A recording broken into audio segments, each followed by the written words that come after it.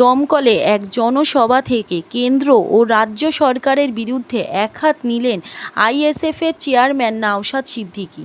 তার অভিযোগ, স্বাধীনতা পরবর্তী প্রতিটি নির্বাচনে পিছিয়ে পড়া সম্প্রদায় মুসলিম, দলিত, আদিবাসীদের ভোট ব্যাংক হিসাবে ব্যবহার করা হয়েছে, অথচ মৌলিক অধিকার থেকে তারা বঞ্চিত থেকে গিয়েছেন।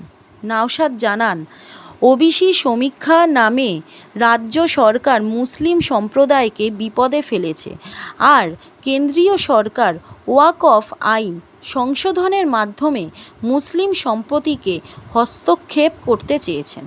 তিনি বলেন, এটা শুধু মুসলিম ইস্যু নয়, সংবিধান লঙ্ঘনের প্রশ্ন।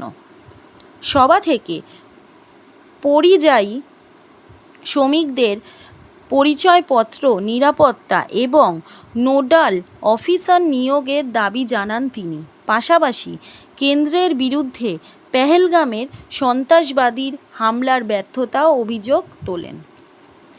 এদিন তৃণমূল কংগ্রেসকে ছেড়ে প্রায় 50 জন আইএসএফে যোগ দেন।